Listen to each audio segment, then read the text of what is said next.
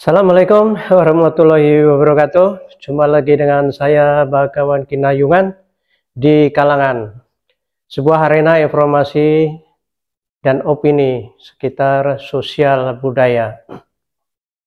Akhir-akhir ini kembali diramaikan dengan peristiwanya Hasto Kristianto, yaitu Sekjen PDIP. Saya dapat ibaratkan peristiwa PDIP itu dapat diibaratkan jatuh tertimpa tangga. Sudah kalah pilpres pada pemilu yang lalu, diperberat lagi dengan peristiwa apa yang dialami oleh sekjennya, yaitu Hasto Kristianto, yang dalam hal ini peristiwanya ada dalam pusaran hukum. Hasto diperiksa di Polda Metro Jaya atas tuduhan penghasutan. Dan sebagai tanggung jawab warga negara yang taat hukum, karena kita adalah negara hukum, bukan negara kekuasaan, maka saya datang dengan niat baik memenuhi surat panggilan yang diberikan kepada saya atas pernyataan saya dalam wawancara di media TV nasional, dan mungkin ada beberapa pernyataan lainnya yang sebenarnya saya sampaikan dalam tanggung jawab saya untuk melakukan pendidikan politik dan fungsi komunikasi politik yang melekat dengan eksistensi partai. Belum selesai peristiwanya di Polda Metro Jaya, yaitu tentang penghasutan kepada masyarakat dari kasus pemilu yang kemarin. Sekarang kembali mencuat, diperiksa KPK yang berhubungan dengan masalah Harun Masiku yang sampai saat ini belum tertangkap. Baik, terima kasih rekan-rekan pers. Jadi di pagi yang cerah ini, seperti yang saya janjikan selaku warga negara yang taat pada hukum, saya memenuhi panggilan dari Komisi Pemberantasan Korupsi untuk memberikan keterangan, dan saya diundang dalam kapasitas sebagai saksi atas persoalan yang berkaitan dengan saudara Harun Masiku. Saya akan memberikan keterangan dengan sebaik-baiknya, dan saya didampingi oleh penasihat hukum saya, ada Bung Patra Sen, ada Bung Roni, dan ada Bung Jo Tobing. Sehingga nanti setelah tugas sebagai saksi ini saya jalankan dengan sebaik-baiknya, saya akan memberikan keterangan pers dengan selengkap-lengkapnya. Terima kasih. Orang banyak bicara dapat diibaratkan mulutmu adalah harimaumu. Itu yang dialami oleh Sekjen PDI Perjuangan Hasto Kristianto.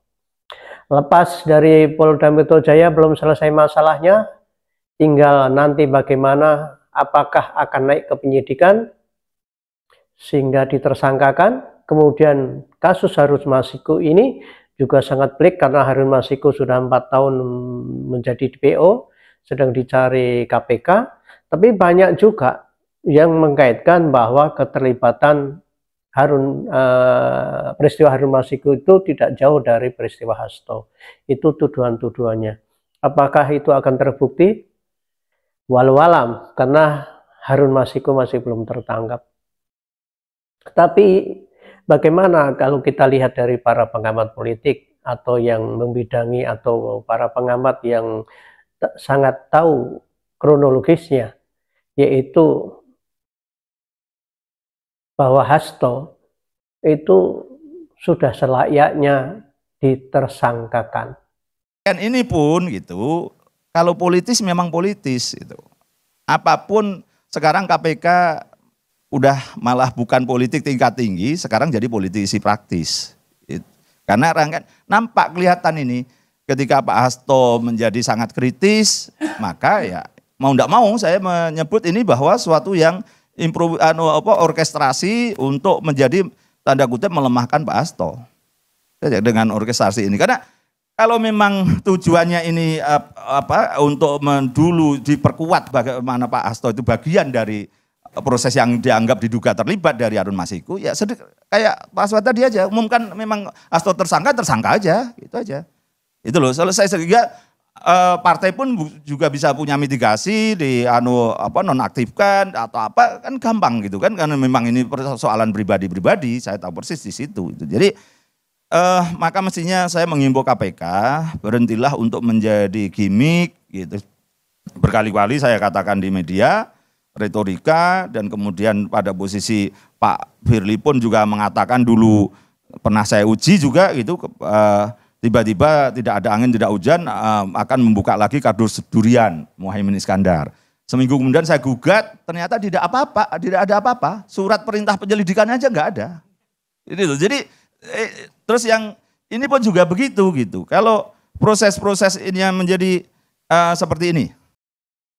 Kalau Hasto tersangka, secara tidak langsung ya dia akan dinonaktifkan dari kesekjenan, dari Sekretaris Jenderal PDIP, dan dengan demikian PDIP bebannya akan berkurang.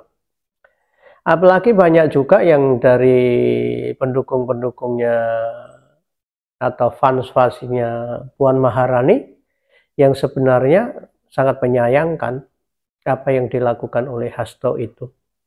Sehingga seperti bisa dikatakan terjadi perpecahan ada di kubu PDIP.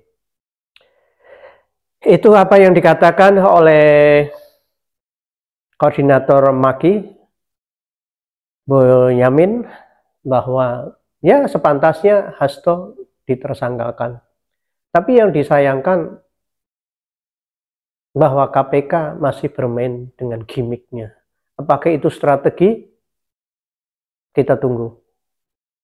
Peristiwa-peristiwa berikutnya. Akankah Harun Masiku tertangkap?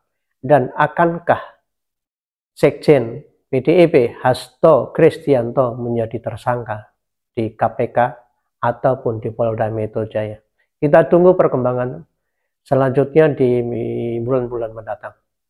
Sampai di sini perjumpaan kita dengan saya Bagaimana Kinayungan di Kalangan. Sampai jumpa di lain waktu. Wassalam.